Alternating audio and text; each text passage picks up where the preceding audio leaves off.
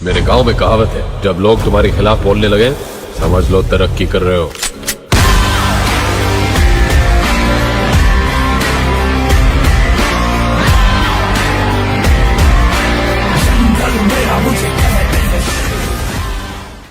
हम नहीं करते इधर उधर की बात, और यहीं से होती है काफिले की शुरुआत। तो भाई आज आपकी मुलाकात एक ऐसे शख्सियत से होने वाली है जिसका चेहरा शायद आप देख पा रहे होंगे, और इनका नाम है राहुल। और सबसे पहले तो इनको भाई बहुत बहुत बधाई देना चाहेंगे। A big congratulation to Rahul. CPO rank 1 इन्होंने हासिल किया है, और ये आज आपके सामने है, और बहुत बहुत इनको शुभकामनाएं, बहुत बहुत बधाई हो राहुल भाई आपको एक रैंक लाने के लिए। और आज जो आपके सामने हम लाइव हुए हैं, और ये जो वीडियो आपके सामने आ रही है, ये इसलिए आ रही है क्योंकि आज से करियरविल में एक पहल, एक मुहिम स्टार्ट हो रही है राहुल जैसे कई मेधावी छात्रों के लिए। और करियरविल आज से जितने भी बच्चे, जो भी स्टूडेंट्स होंगे जो अच्छी रैंक लेके आएंगे, और करियरविल की तरफ से उनको एक प्रोत्साहन पुरस्कार दिया जाएगा। और ये मुहिम और ये पहल राहुल से ही शुरुआत की जा रही है, क्योंकि कोई भी काम करियरविल में बैक कैमरा नहीं होता, जो भी होता है वो ऑन कैमरा होता है। तो भाई सबसे पहले राहुल को हम वो करियरविल की तरफ से एक छोटी सी भेंट देना चाहते हैं आप सभी के सामने, जो राहुल के लिए है। लेके आइए भाई। Thank you sir. तो भाई राहुल को बहुत बहुत बधाई हो इस छोटे से पुरस्कार के लिए। और ये सिर्फ अब एक मतलब ये जो पुरस्कार प्रोत्साहन दिया जा रहा है राहुल को, ये उनकी मेहनत के लिए है, ये उनके जज्बे के लिए है, और ये कई और उन छात्रों के लिए है जो राहुल को देख के और मोटिवेट होंगे कि बच्चा मेहनत करता है, इस लेवल पे पहुंचता है, तो उसको एक छोटी सी इनाम राशि दी जाती है ताकि उसको आगे आने वाले मतलब वो और अच्छे से मेहनत कर सके, चीजें कर सकें। और जो पिछले कुछ समय में बातें हुई थी कि करियरविल में ये सारे काम किए जाते हैं पीछे बैक कैमरा, लेकिन करियरविल में ऐसा कोई बैक कैमरा काम नहीं होता, जो भी होता है वो सामने होता है, और ये सबके सामने है।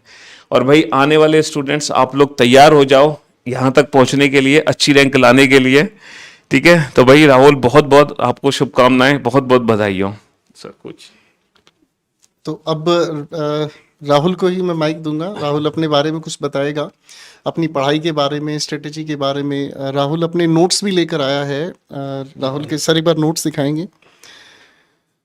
राहुल ने जो पढ़ाई की है करियरविल से, उसके अपने खुद के नोट्स भी हैं जो हमने देखे हैं। इस चीज़ को पुख्ता करते हैं कि हमारा स्टूडेंट रहा है, तो कोई हवाई बात नहीं है। तो ये सारी चीज़ें आज बच्चा अपने साथ शेयर करेगा। बताओ बेटा।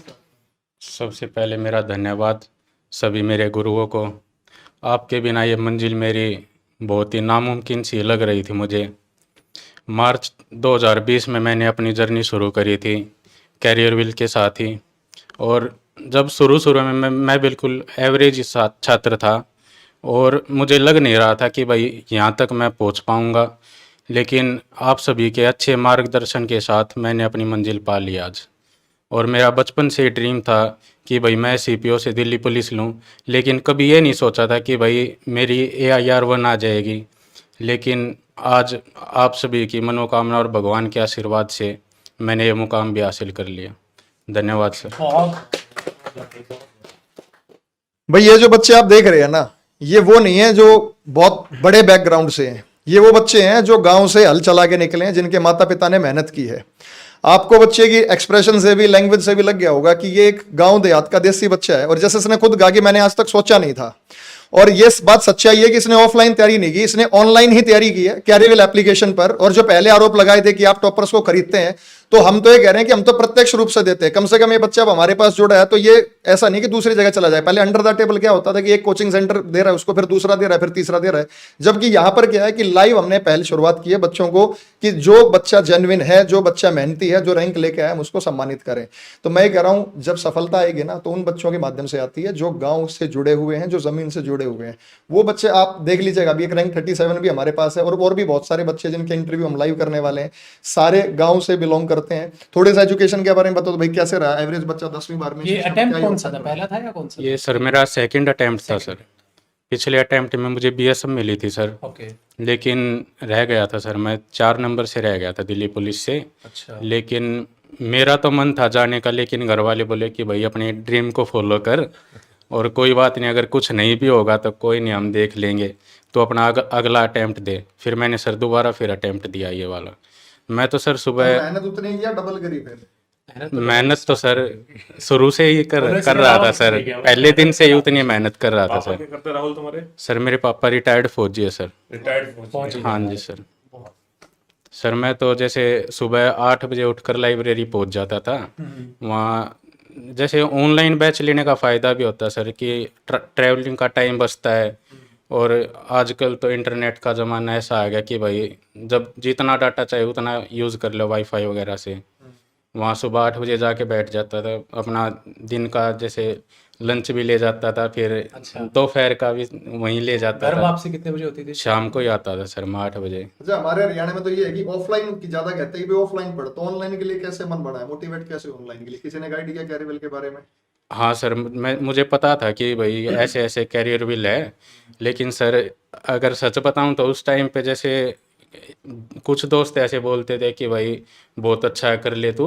एक दो दोस्त ऐसे बोलते थे कि भाई बैच शुरू करते ऑनलाइन मत ले, कि भाई बैच शुरू करेंगे और बीच में ही छोड़ देंगे, अपना ऑफलाइन जाके पढ़ ले। वहाँ पर क्या है कि भाई और बच्चे होंगे तो उनका दबाव रहेगा कि भाई तुम्हें पता ही नहीं कि भाई पूरा पढ़ाते हैं या नहीं पढ़ाते, कितना पढ़ाते हैं।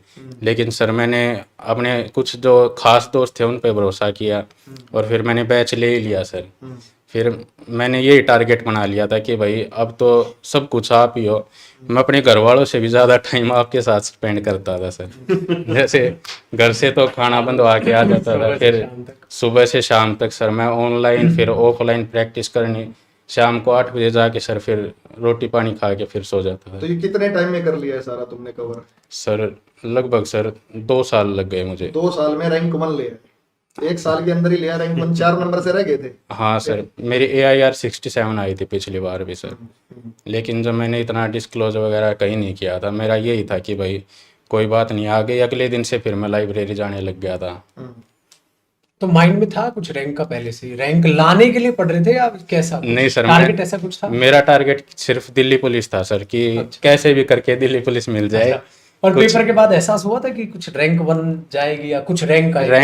रैंक 1 का एहसास नहीं था सर। ये था कि भाई अच्छे नंबर आए हुए हैं इस बार, ये दिल्ली पुलिस तो कंफर्म मिल जाएगी और रैंक भी टॉप 20 में, टॉप 25 में ऐसे रह जाएगी। लेकिन इतना आइडिया नहीं था कि भाई रैंक 1 ही आ जाएगी सर। मेन चीज एक बात मैं बोलना चाहूंगा कि जो ऑनलाइन हम लोग पढ़ाते हैं, बच्चा सिर्फ और सिर्फ अपनी कमी से रह जाता है कि थोड़ा सा अगर बच्चा सेल्फ मोटिवेटेड है और उसको पता है कि ऑनलाइन में जो उसको चीज मिल रही है ये शायद उसको जिंदगी में दोबारा नहीं मिलेगी। मैं तो बच्चों को बोलता हूं कि ये जो टाइम पीरियड चल रहा है ना उनका, मतलब ये जो समय है, तो इतने अच्छे अवसर मिले हैं। हमारे समय में सर जब हमने पढ़ाई करी थी, और हमने तो छोड़ो, अगर अभी 4 साल पहले की अगर किसी आप गवर्नमेंट एम्प्लॉय को उठाओगे जिसने सरकारी नौकरी ली है, 4 साल पहले भी उसने बहुत पापड़ बेले हैं, इतने रिसोर्सेस नहीं थे। तो ये जो रिसोर्सेस आपको मिल रहे हैं, ये जो अवसर आपको मिल रहे हैं, इनको मत गवाओ। और जो बच्चा इस चीज को समझ जाता है कि जो मेरे हाथ लगी है ना चीज, ये जिंदगी में दोबारा नहीं लगेगी, बस वही बच्चा लाइफ में कुछ कर जाता है। इस बच्चे ने समझा, इसको बच्चों ने बहकाया भी, कह रहे सिलेबस होगा कि नहीं होगा। हाँ, तो बच्चे मोटिवेट रहते नहीं है, पढ़ना शुरू करते हैं, बीच में छोड़ देते हैं। बट जो बच्चे डेडिकेशन के साथ लगे रहते हैं, उनको पता है कि ये जो मुझे मिल रहा है, ये क्वालिटी जो मुझे मिल रही है, शायद मुझे कभी दोबारा नहीं मिलेगी और ये मौका भी मुझे दोबारा नहीं मिलेगा। जो ये समझ लेते हैं वो कुछ कर जाते हैं। तो इस चीज पे ध्यान रखो, फोकस रखो और डेडिकेटली पढ़ाई करो, सिलेक्शन जरूर होगा। कहीं भी आपको ऐसी फीलिंग हुई कि अगर बच्चा सिंसियरली तैयारी करे उसका सिलेक्शन ना हो? नहीं सर, ऐसा तो मुझे कभी फेल नहीं हुआ सर। मैंने तो मतलब जितना भी डाउट करना था सर, बैच लेने से पहले मैंने अपना पूरा डाउट भी कर लिया था, फिर उसको क्लियर भी कर लिया था। फिर एक बार जैसे मैंने बैच ले लिया सर, फिर मैंने पूरा भरोसा आप लोगों पे ही कर लिया। अच्छा, एक चीज और, बच्चे ऑनलाइन पढ़ते हैं तो सबसे ज्यादा बच्चों को दिक्कत होती है कि हम पढ़ना तो शुरू करते हैं लेकिन सर हमारे डाउट्स कौन दूर करेगा। तो जब यहाँ पर जो टीचर्स आपको पढ़ा रहे थे, कभी आपको ऐसी फीलिंग हुई कि मेरे तो सर 20 डाउट रह गए, मेरे तो 25 डाउट रह गए पढ़ने के बाद?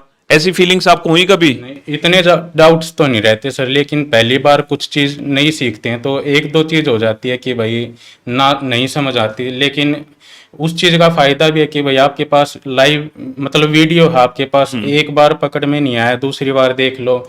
दूसरी बार देखते तो कुछ मतलब पहली बार से कुछ नया ही लगता है कि भाई पहली बार में तो मैंने सीखा नहीं था, अब कुछ नई बात। लेकिन होता उतना ही था सर, बस वो ये समझने वाली बात हो जाती थी।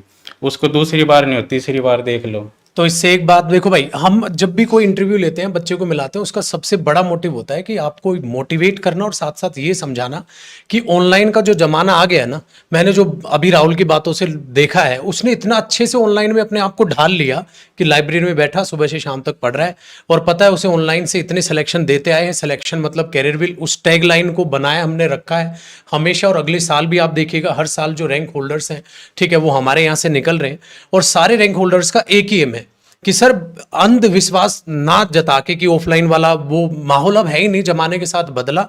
और ऑनलाइन में जो सबसे बढ़िया बात होती है कि आप अपने आप को ये ढाल लीजिए कि ऑनलाइन कोर्स मुझे आराम से कंप्लीट करना है। और राहुल ने बताया कि इस क्लास जो एक बार में नहीं, दूसरी बार देख लो, तीसरी बार देख लो, क्लासेस आपके पास सेव है, एक बार नहीं दूसरी बार में समझ आएगा, दूसरी बार नहीं तीसरी बार में समझ आएगा। और कुछ कुछ टॉपिक ऐसे होते हैं 80% सिलेबस तो एक ही बार में समझ आ जाता है बच्चों को, है कि नहीं ऐसा? हाँ सर। तो 20% में ऐसा रहा होगा कि भाई दोबारा क्लास देखनी पड़ी, वो हालत 20 आपने 20 देखा? भी नहीं सर, जैसे एक आध कंसेप्ट ऐसा होता है कि भाई नहीं समझ में आता, नहीं पकड़ कर पाते पहली बार में, तो दूसरी बार देखते हैं तो कुछ नया ही फील होता है कि भाई ये तो मैंने देखा ही नहीं था। फिर भी अगर कसर रह जाती है तो तीसरी बार देख लेते हैं, बाकी रहती नहीं है, मैक्स इतना तो मेरे हिसाब से होता तीसरे नहीं भी है। गए नहीं होगे। हाँ तो ये ध्यान रखना, और हमारी कोशिश है और हमेशा से ही रहेगी, और हमेशा हम इस चीज पर अटल रहेंगे, सिलेक्शन मतलब कैरियर विल, उस चीज को हम चलाते रहेंगे। गोपाल सर अब बताओ। बस मैं इतना ही कहना चाह रहा था कि बच्चे बहुत सारे जब पढ़ाई कर रहे होते हैं तो पढ़ते पढ़ते वो अपने कंटेंट की रिस्पेक्ट नहीं कर पाते हैं, और उसकी जगह वो भटकना बहुत ज़्यादा मतलब शुरू कर देते हैं, इधर भटकना उधर भटकना, किसी ने कुछ कह दिया उसके बारे में शुरू हो गए, किसी ने कुछ मतलब नया रास्ता खोज दिया उस पर लग गए। तो आपके सामने कोई डिस्ट्रैक्शन नहीं आई बेटा कि आप पढ़ रहे हो कि किसी ने कुछ कह दिया, अरे ये नहीं वो पढ़, वो नहीं वो पढ़, ऐसा कुछ हुआ आपके साथ? नहीं सर, मैंने आपको पहले ही बताया, जितने डाउट करने थे मैंने फॉलो करने से पहले मैंने पूरा डाउट किया था कि भाई मैं कर भी पाऊंगा या नहीं। फिर एक बार अपने अंदर से ये लगा कि भाई नहीं मुझे करना ही है। फिर मैंने कभी ये नहीं सोचा कि भाई मैं नहीं कर पाऊंगा, या फिर एक बार जैसे मैंने आप लोगों को फॉलो करना चालू करा, उसके बाद मैंने आप लोगों पर भी कोई डाउट नहीं किया कि भाई आप मुझे अच्छा नहीं पढ़ा रहे या फिर वो नहीं है। नहीं, मैंने आंख बंद करके विश्वास कर लिया था कि भाई अब तो आप ही हमारे साथ थी और आप कोई नैया पार लगानी है मेरी। अच्छा, एक आखिरी सवाल पूछना चाहूँगा। बहुत सारे ऐसे बच्चे हैं जो हमारे बिल्कुल गांव देहात के बच्चे हैं, जिनका पहला कारण यही होता है ना पढ़ने का कि सर हम तो गांव देहात से हैं, सरकारी स्कूल से पढ़े हुए हैं और हमारी बैकग्राउंड सपोर्ट नहीं करती, हिंदी मीडियम से हैं। तो मतलब ऐसा बच्चा जो खुद से ही डिस्करेज्ड है, उसके लिए मतलब एक ऐसी कोई बात कहो ताकि वो मोटिवेटेड फील करें और वो कुछ पढ़ सकें, क्योंकि आप भी ग्रामीण परिवेश से हैं और घर परिवार जैसा आपने कहा सामान्य सा घर परिवार है, तो ऐसा नहीं कि कोई विशेष आपके लिए अरेंजमेंट किए गए हों कि भैया अब आप पढ़ोगे। तो ऐसी सिचुएशन में बहुत सारे बच्चे हैं, तो उनके लिए कुछ ऐसी कोई खास बात जो बताना चाहें? सर मैं तो सबको यही कहना चाहूँगा कि सबसे पहले अपना एम क्लियर करो कि भाई करना क्या चाहते हो। जैसे मेरा एम था कि भाई मुझे तो एसएससी सीपीओ ही करना है, तो मैं सीजीएल को भी इतनी प्रेफरेंस नहीं देता था कि भाई अगर मेरा फिजिकल आ जाता था और साथ में सीजीएल का मेंस आ जाता था तो मैं फिजिकल पे ज़्यादा फोकस होके रहता था, क्योंकि मेरा पहले से ही एम क्लियर था कि भाई लेनी है तो दिल्ली पुलिस ही लेनी है। तो सबसे पहले मैं सभी को यही कहना चाहूँगा कि भाई अपना एम क्लियर रखो कि भाई करना क्या चाहते हो आप। अगर आपको ये पता है कि भाई आप क्या करना चाहते हो तो एक ना एक दिन वो ज़रूर हासिल कर लोगे आप। चलिए, बहुत बहुत शुक्रिया बेटा। तो अब आपको ये जो स्कॉलरशिप एक इसको छोटा कहूँ या बड़ा अमाउंट कहूँ ये मैं कह नहीं पाऊंगा एक्चुअली, तो ये जो एक आपके लिए एक स्कॉलरशिप की एक जो पैसा दिया है, इसका आपने क्या सोचा है? सर अभी तो कुछ नहीं सोचा सर, इसका मुझे पता भी नहीं था कि भाई ऐसा कुछ होगा। ये बड़ा सरप्राइज मिलेगा। हाँ, ये आप ही से शुरुआत हो रही है करियर विल ऐप पर। मैं तो सर आप मिलने आया था आपसे, और कि भाई सर का को गुरु दीक्षिणा में सर मैं तो मिठाई लेके आया हूँ कि भाई सर का मुंह मीठा करवाया हूँ। मिठाई बोलो भाई, मिठाई खाएं। हाँ सर। ये मिठाई आपकी वहाँ की स्पेशल है? हाँ वही है सर, बीकानेर स्वीट्स हमारे वहाँ पे बहुत मुंह मीठा हम शुरुआत तेरे से ही कर रहे हैं।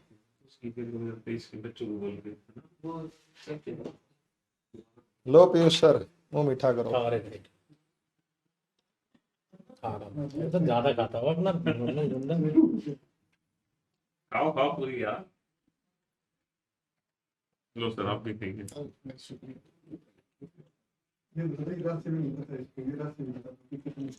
हाँ राशि पता काफी बोलो सर, ये सीनियर भाई- इसके बच्चों के लिए अब जो पेपर आने वाला है।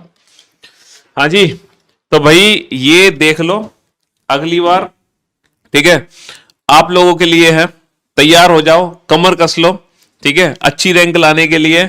अब जो भी है वो आपके सामने है कैमरे पर। ये कोई ऐसा नहीं है कि ये छल हो, धोखा हो, क्या आपको खरीदने के लिए हो, इसका मोटिव बिल्कुल भी ये नहीं है, ठीक है। इसका मोटिव सिर्फ और सिर्फ आपके प्रोत्साहन से है, आपकी मेहनत से है। बस ये चाहते हैं कि आप मेहनत करें और अच्छी रैंक लाएं। और आप इस बहाने, इस लालच से अगर मेहनत करोगे अच्छी रैंक लाने के लिए, तो आपका अच्छी रैंक नहीं तो कम से कम सिलेक्शन तो जरूर होगा। बस यही करियर विल की आप लोगों से उम्मीद है।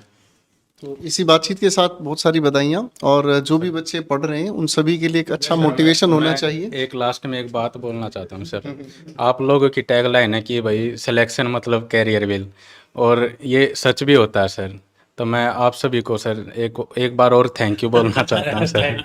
सिलेक्शन मतलब कैरियर विल। और याद रखिएगा मेरे भाई, ये जो सिलेक्शन वाला जो मोटिवेशन है ये बढ़ भी सकता है, ठीक है, इसी उम्मीद से। और इस बार का 11 लाख अमाउंट है, अगली बार ये बढ़ भी सकता है अगले साल, क्योंकि अब 2023 आ रहे हैं, कैमरे में आ रहे हैं, तो ये हो सकता है। अभी इधर इधर इधर इधर नहीं, अरे जूम, बड़ी बड़ी आंखें कर ली है बच्चों ने बड़ी बड़ी आंखें कर ली।